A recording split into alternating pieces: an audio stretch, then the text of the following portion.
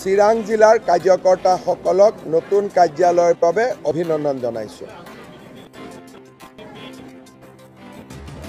এইবিলাক শব্দৰ লগত আমাৰ কোনো কথা নাই। আমি নিৰ্বাচন খেলিম আৰু যিকেইটা চিটত আমি ইলেকশ্যন খেলিম সেইকেইটাত আমি জিকিবৰ কাৰণে ইলেকশ্যন খেলিম।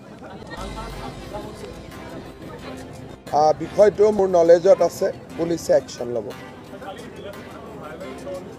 চাওক,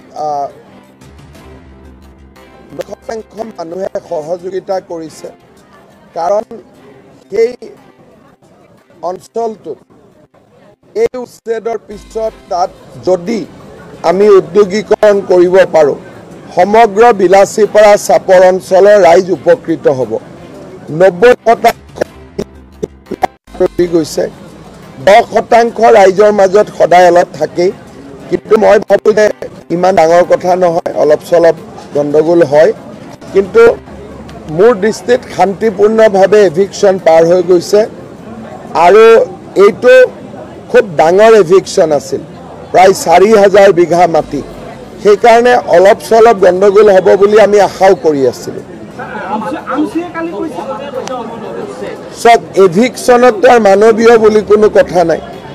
নটিচ দিয়া হয়, নটিচ দিয়াৰ পিছত যদি কোনোবা আঁতৰি নাযায় সেইটোতো মেচিন দিয়ে ভাঙিব। গতিকে তাত আৰু মানৱীয় উচ্ছেদৰ ডেফিনেশ্যনটো কি আছে?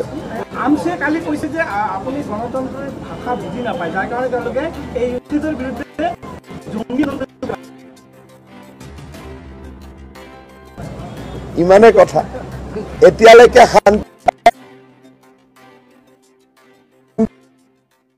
কৰিলে আমিও জংগী কৰিম, ইমানে কথা।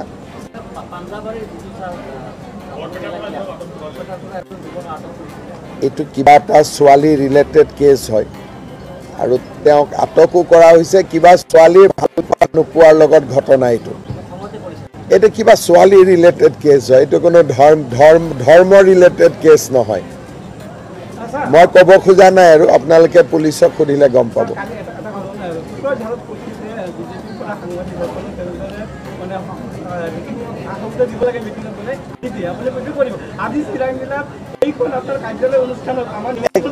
একদম সৰু জেগা,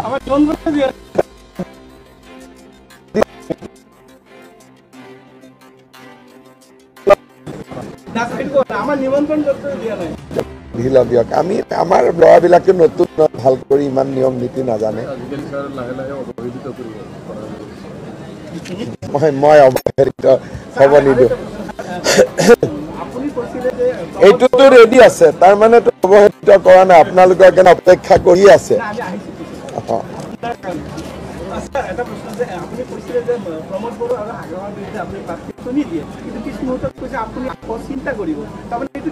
কথাটো হৈছে আপোনালোকে মোক প্ৰশ্ন সুধিছে যে তেওঁলোকে কোন চিটত উঠেটো ঠিক নাই বুলি কৈছিলে। ধৰক আমি ধৰি লৈছোঁ তেওঁ এইটোত উঠিব, যদি নুঠে। সেইকাৰণে বিষয়টো যেতিয়ালৈকে তেওঁলোকৰ পৰা স্পষ্ট নহয়, আমিওতো স্পষ্ট কৰি একো ক'ব নোৱাৰোঁ। কাৰণ সাংবাদিক এজনে মোক সুধিলে যদি সমষ্টি বদলাই তেতিয়া কি হ'ব। গতিকে এইটো প্ৰশ্নৰ উত্তৰ, কিন্তু আমি সকলোৰে লগত শান্তিপূৰ্ণ মৰম প্ৰেম এই ভাৱেৰে আমি ইলেকশ্যন খেলিব খোজোঁ। কাৰণ BTADত খুব বেছি সংঘাতৰ মাজেৰে ইলেকশ্যন হ'লে মানুহেও বেয়া পাব। গতিকে আমি এটা খুব ভাল পৰিৱেশত ইলেকশ্যন খেলিব খোজোঁ।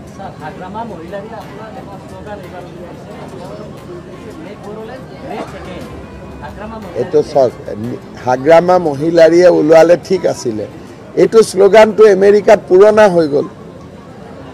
গতিকে এই শ্লোগান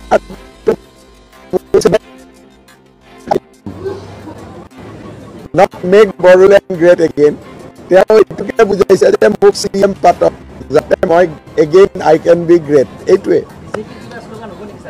BTCৰ একদম চিম্পল শ্লোগান, শান্তি সুৰক্ষিত বিকশিত BTR, বাছ চিম্পল।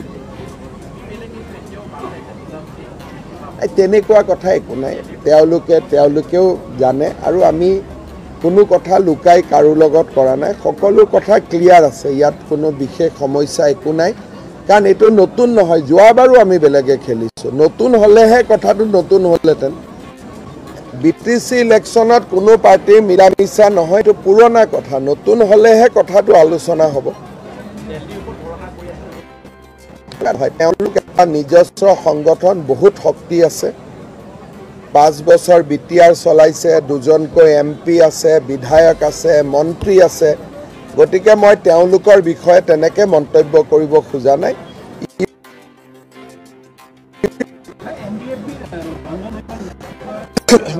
এইটোতো সুপ্ৰিম কোৰ্টত বিচাৰাধীন হৈ আছে।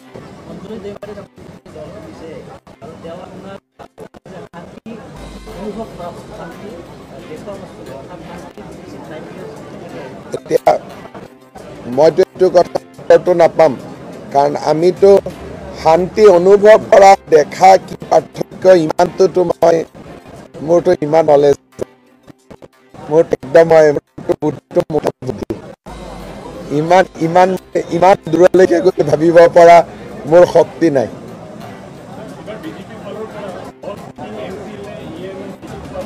এইটো দিলীপ শইকীয়াক সুধিব অলপ পিছত, এইটো মোৰ এখতিয়াৰৰ বাহিৰত।